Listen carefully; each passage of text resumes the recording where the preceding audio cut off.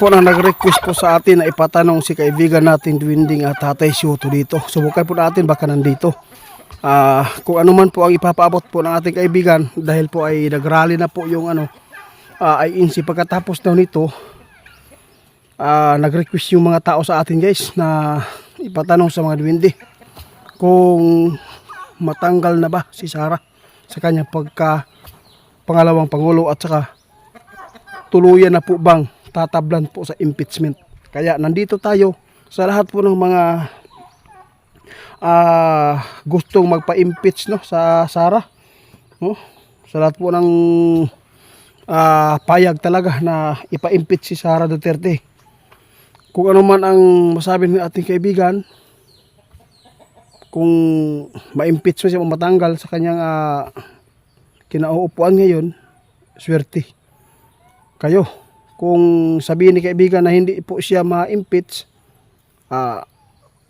pumapanig yung nasa kabila. Masaya po yung mga supporter po ni Sara. Kaya subukan natin tawagin yung mga kaibigan natin para malaman po yung sa lahat po na nag-request. Ito po yung paabot natin, baka po nandito sila. Linyo siya to. Uy, si tatay yun ay. Tay, dito tayo. Oo, pinuntahan kita. Kasi po, ngayong araw na to, nagrally na yung INC.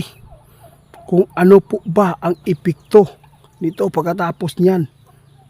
Gustong magtanong yung mga tao na nakapanood sa ating video. Dahil po ay nahuhulaan po niyo yung mga pangyayari. Ngayon po, gusto nila malaman sa inyo kung pagkatapos sa rally ng INC, bukas ba o sa susunod na araw, next week, sunod na buwan, matatanggal na po ba si BP Sara Duterte sa kanya kinauupuan ngayon? At saka tuluyan na po ba siyang ma-impeach? Yun po ang katanungan nila kasi po ano ba ang pakay po daw ng INC? No?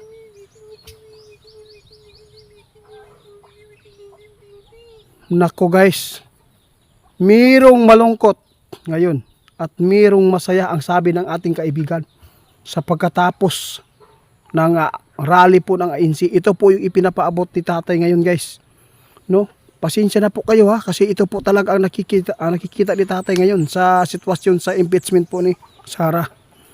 Yung mga sabik na po ngayon sa impeachment po ni Sara na matatablan at matatanggal, hindi daw matatablan si Sara Duterte ngayon sa impeachment, sabi po ng ating kaibigan. Nako, pumabor, no? Masaya po ang mga supporters natin na mga Sara Duterte po ngayon dahil po ay nakita ng ating kaibigan ay hindi po talaga ma-impeach si Sara Duterte. Sa lahat po ng nag-content dyan, marami nagsasabi na pagkatapos daw sa rally matanggal daw siya, tay. Matuluyan na ma-impeach, sabi po ng mga gusto nga ma-impeach talaga si Sara. Kasi 41% na po daw talaga yung payag na ipa-impeach. Nako po.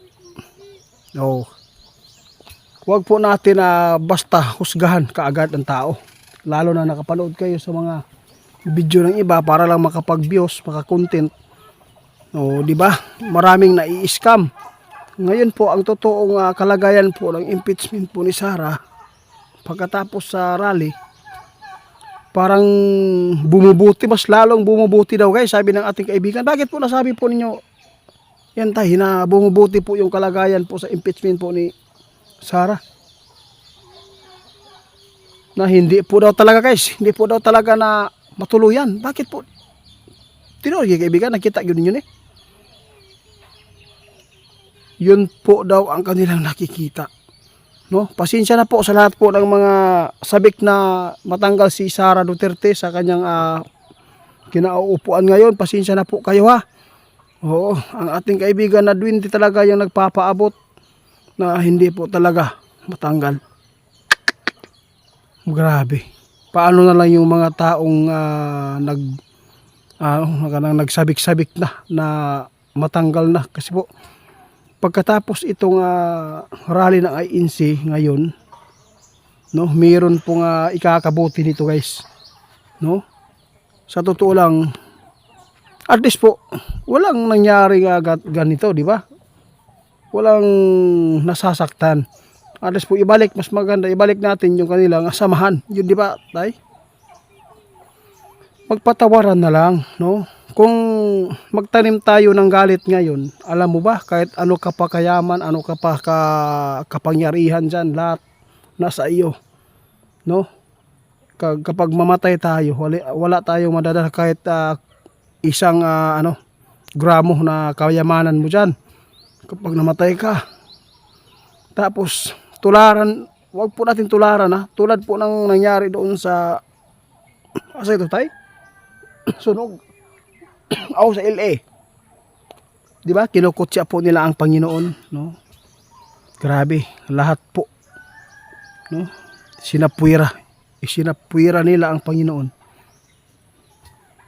Ngayon ang nangyari, pinatikim sila, di ba? Hindi po pala maganda na magtanim pala ng galit, no. Grabe, dapat po, no, tulungan natin na ibalik ang kanilang samahan para po ay mapangunahan tayo dito sa ating bansa. Kasi lalo na ngayon ang China, marami na pong ginagawa, lalo na yung ahensya ng kuryente sa Pilipinas, napasok nila. Mahirap lang po talaga banggitin yung tao na yan. Kapag banggitin po natin, baka po magkakamali tayo, mapapahamak na, no.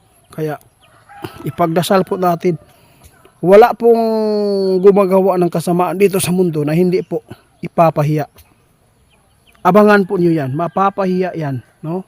Kahit po meron silang nagawang kabutihan, pero grabe. Kasi ang China ngayon, gusto talaga na mayroong plano talaga na mapapagsak yung Pilipinas, para sila po yung mamumuno. Kaya dapat po tulungan natin yung mga namumuno sa ating na nagbangayan ba. Yun po sabi ng ating kaibigan, no, kahit ilang impeachment pa yan, hindi at hindi po yan matatanggal sa kanyang kinauupuan. Grabe tay. Alam mo ba tay? Oo. Ngayong araw na to, tuloy talaga yung ipinapaabot po niyo na rally. Marami po talaga nag-request sa atin kasi po ano daw ang kinahinatnan ng rallying ito. Pagkatapos daw ito, patatanggal na po ba si Sara? Ito lang ang aming ipaabot sa inyo guys.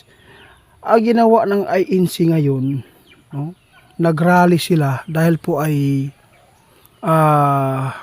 sinusuportahan po nila ang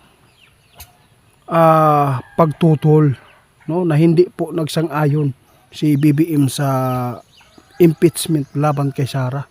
Yung mga mambabatas lang po talaga yung agresibo talaga na ipa-impeach si Sara. Kasi alam mo ba kung bakit natakot sila guys? Kaibigan, subukan na po natin kung okay lang ipaabot natin, tingnan nyo guys, alam mo ba kung bakit po ginawa na gusto nilang ipa-impeach?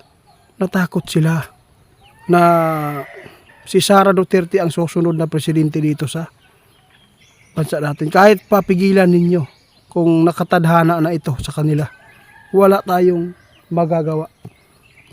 Sabi nila malakas pa daw si Tulfo. Sa totoo lang, mahirap po, no, mapangunahan, pero ayaw ko na lang magsabi dito. Basta kaya maraming gustong nagpabor sa impeachment dahil po ay takot sila na si Sara na naman po yung magiging presidente.